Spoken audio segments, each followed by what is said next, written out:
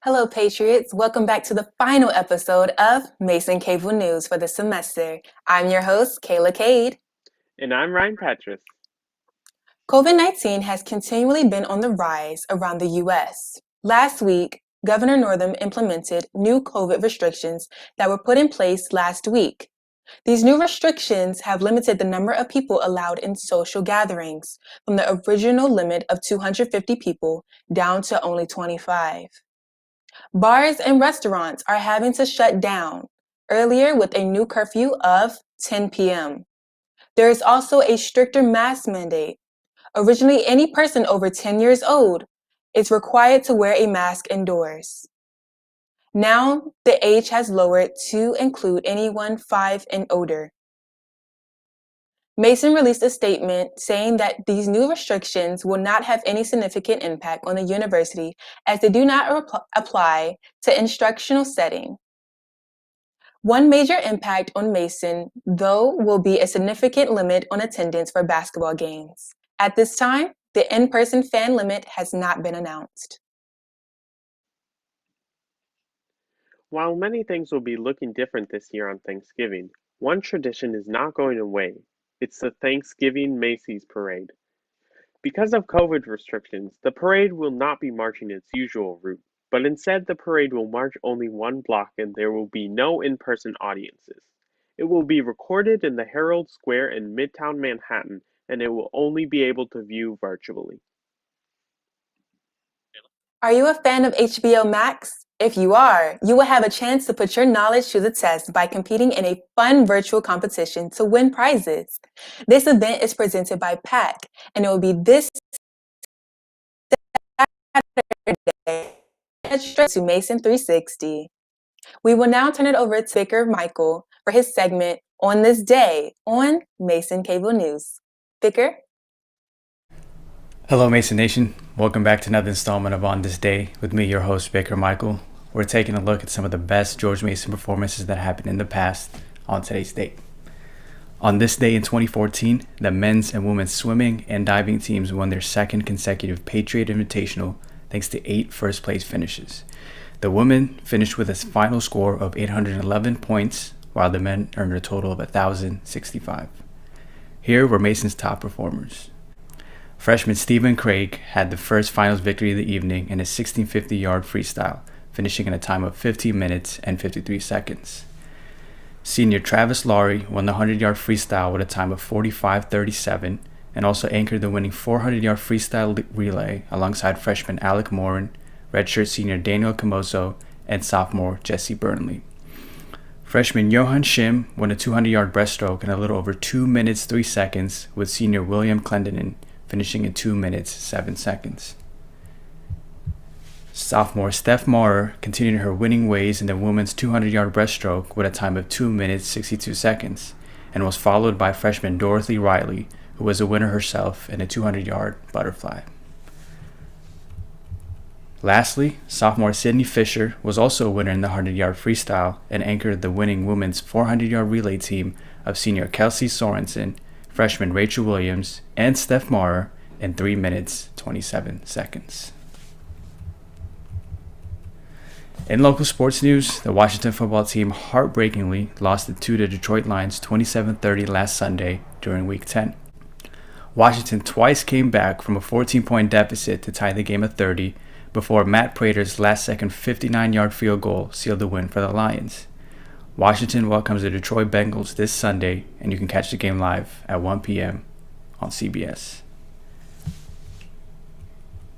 During last night's NBA draft, the Washington Wizards selected Deni Avdija as the 9th overall pick. The 19-year-old started his professional career with Israeli side Maccabi Tel Aviv in 2017 at the tender age of 16. He is also the youngest player to win the Israeli League MVP award. Thanks for tuning in on this day, and as always, stay safe and go Patriots. Guys, back to you.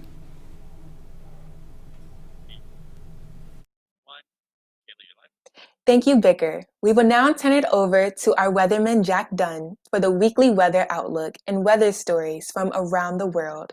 Jack, weather stories around the world. Hello, guys.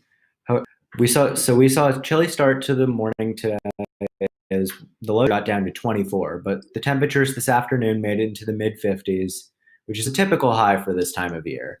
Tomorrow and Saturday will be a little milder with highs in the mid 60s. Also be Sunday won't be quite as warm, but the highs will still be in the mid 50s. But there is also a chance of rain late night, but will mostly stay overnight. Monday's high should be in the low 50s, and we may see a little sun. Monday, it may be cloudy in the morning, but we should see some sun in the afternoon. Tuesday's high will be in the high 40s, and it should be partly cloudy. And then the rain, especially later in the day, and the high should be around 55 degrees. Before we dive into outlook, however, I must bring up Hurricane Iota. What feels like a never-ending hurricane season saw Hurricane Iota devastate Central America earlier this week. Hurricane Iota rapidly strengthened to a Category 5 hurricane overnight on Monday, actually becoming the first Category 5 hurricane of this season. The second Category 5 ever recorded in November after the Cuba hurricane back in 1932. And this was before hurricanes were even named. This is now the season in a row to see at least one Category 5 hurricane, which is the first time that's ever happened. Hurricane Iota made landfall in Nicaragua night as a Category 15 miles south of Hurricane Eta devastated the area just 2 weeks earlier. Fortunately, hurricane season ends on November 3rd. However, that does not mean that hurricanes cannot form after that. The infamous 2005 season saw two systems form after November 30th. There is a chance for Central America, which hopefully stays out to sea and does not cause any impact. There is also the possibility that Eta and Iota will probably be retired. As I've mentioned this earlier, it's unclear what exactly will happen.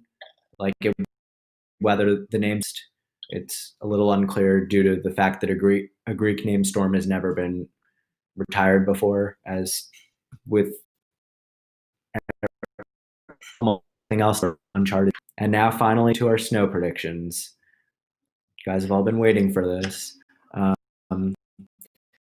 So it looks like that for this winter, we're probably going to see a below average snow for the winter, but fortunately that doesn't really mean bad news. Typically, this area averages somewhere between about 12 to 18 inches of snow. I'm thinking we could end somewhere between 10 and depends on how strong the La Nina is.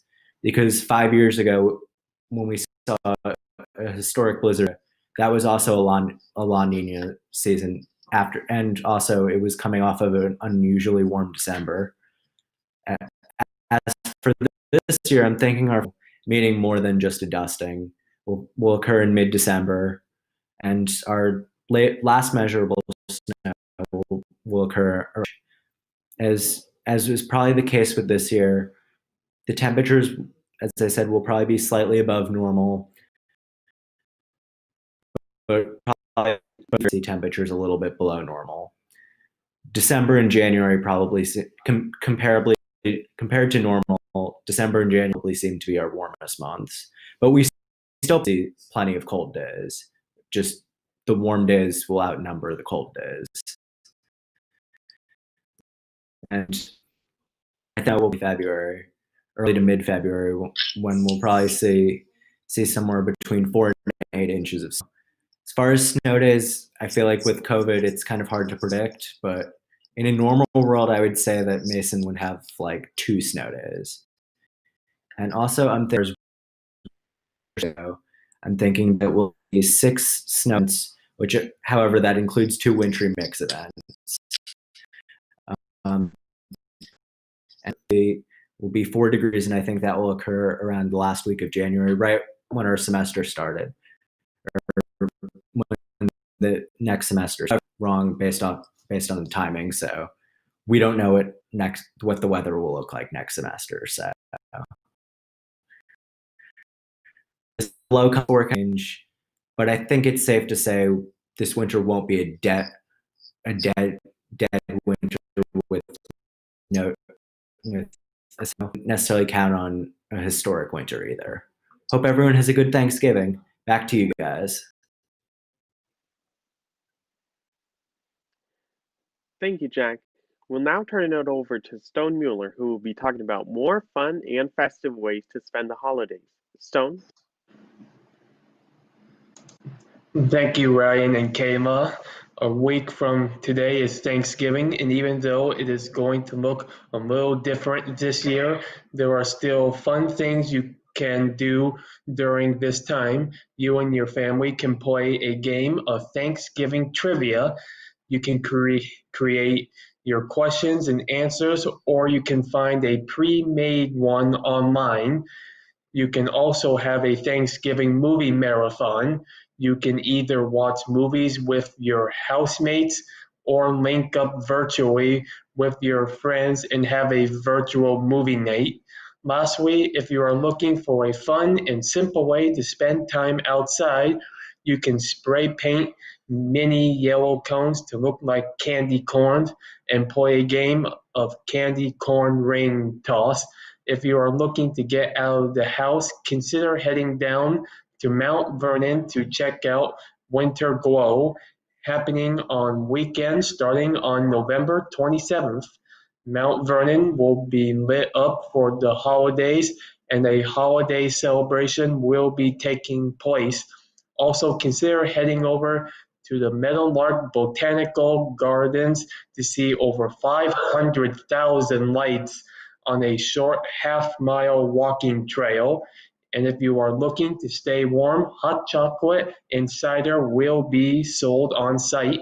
That is it for me this week, Patriots. Have a great Thanksgiving, and back to you guys.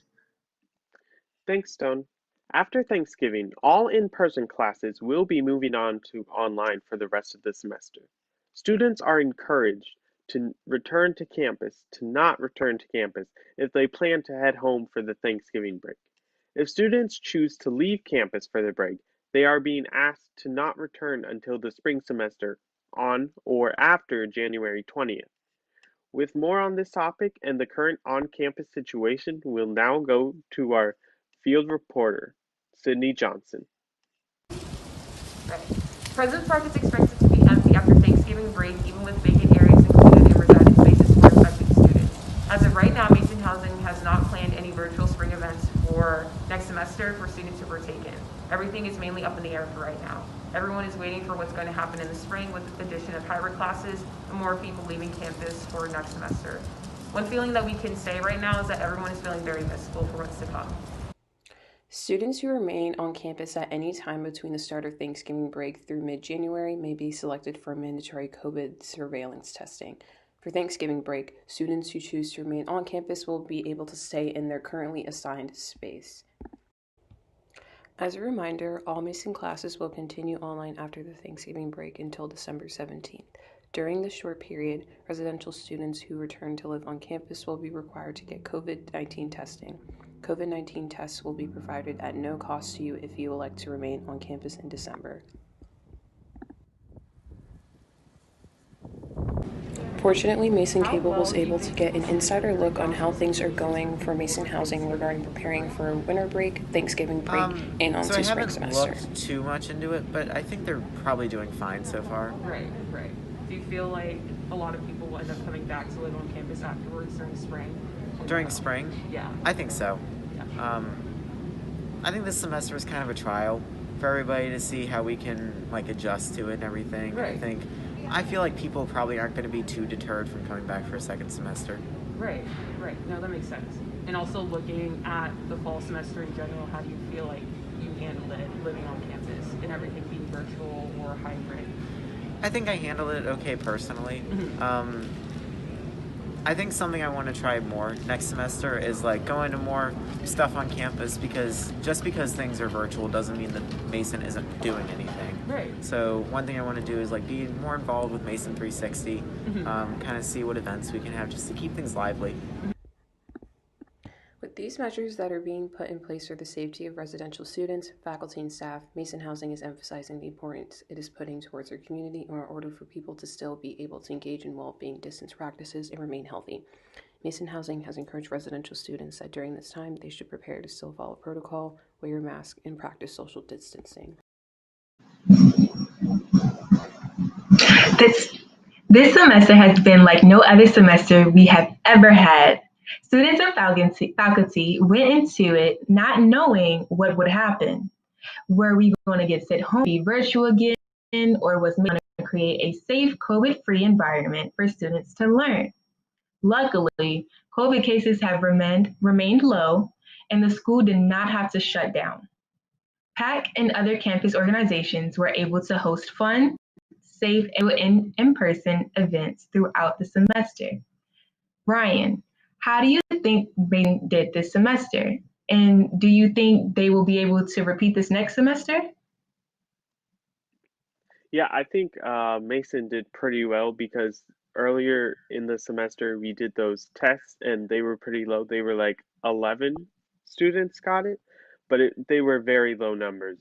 So I think that was very good of Mason. And as for next semester, I don't know. It's a tough call because the flu cold season is coming in, so it's hard to make that out.